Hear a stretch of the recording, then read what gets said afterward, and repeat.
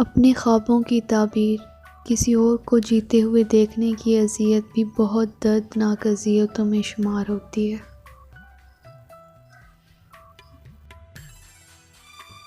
زندگی کی کتاب پڑھ کر صرف وہی لوگ کامیاب ہوتے ہیں جن کی توجہ اگلے باب پر ہوتی ہے۔ کبھی کبھی ایسا کیوں ہوتا ہے؟ ہم سوچتے ہیں یہ لمحہ آئے گا تو ہم مر جائیں گے،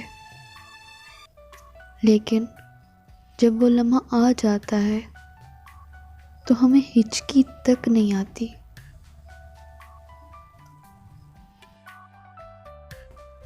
کبھی کبھی زندگی کی حقیقتوں کو تسلیم کرنے کے لیے مضبوط نہیں بلکہ بے حس بننا پڑتا ہے۔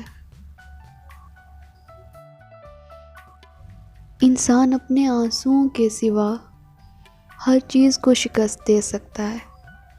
آنسوؤں کو اگر آنکھوں میں روکے تو دل میں بہائے گا۔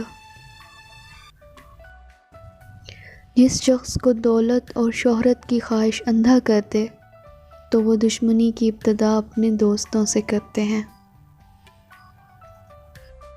اپنے اندرونی حالات سے لڑتے ہوئے خود کو پرسکون ظاہر کروانا اور مسلسل ذہنی تھکن کے باوجود مسکرانا بہت مشکل کام ہے۔ سمجھدار ہونا ضروری ہے، لیکن اپنی سمجھداری کا رعب کمزور لوگوں پر جمانا بڑی حماقت ہے۔ کبھی کبھی ایسا بھی ہوتا ہے کہ سکون کے لیے دوا کی نہیں بلکہ کسی کے محبت بھرے لفظوں کی اشد ضرورت ہوتی ہے۔ اگر لہجے میٹھے ہوں تو لفظ شفا دیتے ہیں۔ کچھ لوگ ہماری حد نگاہ بن جاتے ہیں جن سے آگے دیکھنے کا من ہی نہیں کرتا۔ زندگی میں ہر موقع کا فائدہ اٹھاؤ، لیکن کسی کے بھروسے اور جذبات کا نہیں۔ محبت کو الفاظ میں نہیں لہجوں میں تلاش کریں، کیونکہ الفاظ تو منافقین کے بھی بہت میٹھے ہوتے ہیں۔ نظر انداز کرنے سے کسی بھی چیز کا وجود جو گزشتہ روز کتنی ہی خوبصورت تھی زیرو ہو جاتا ہے۔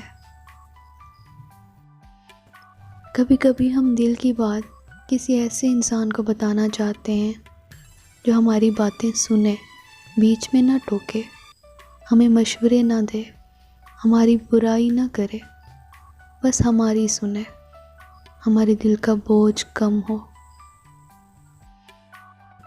کوئی زندگی، کوئی محبت تکلیف کے بغیر نہیں ہے۔ تکلیف ہی ان چیزوں کی موجودگی کا پتہ دیتی ہے۔ دنیا آپ کی بات سمجھے نہ سمجھے، لیکن جب آپ کو سمجھنے والے آپ کو نہ سمجھ رہے ہوں، وہ وقت بہت اذیتناک ہوتا ہے۔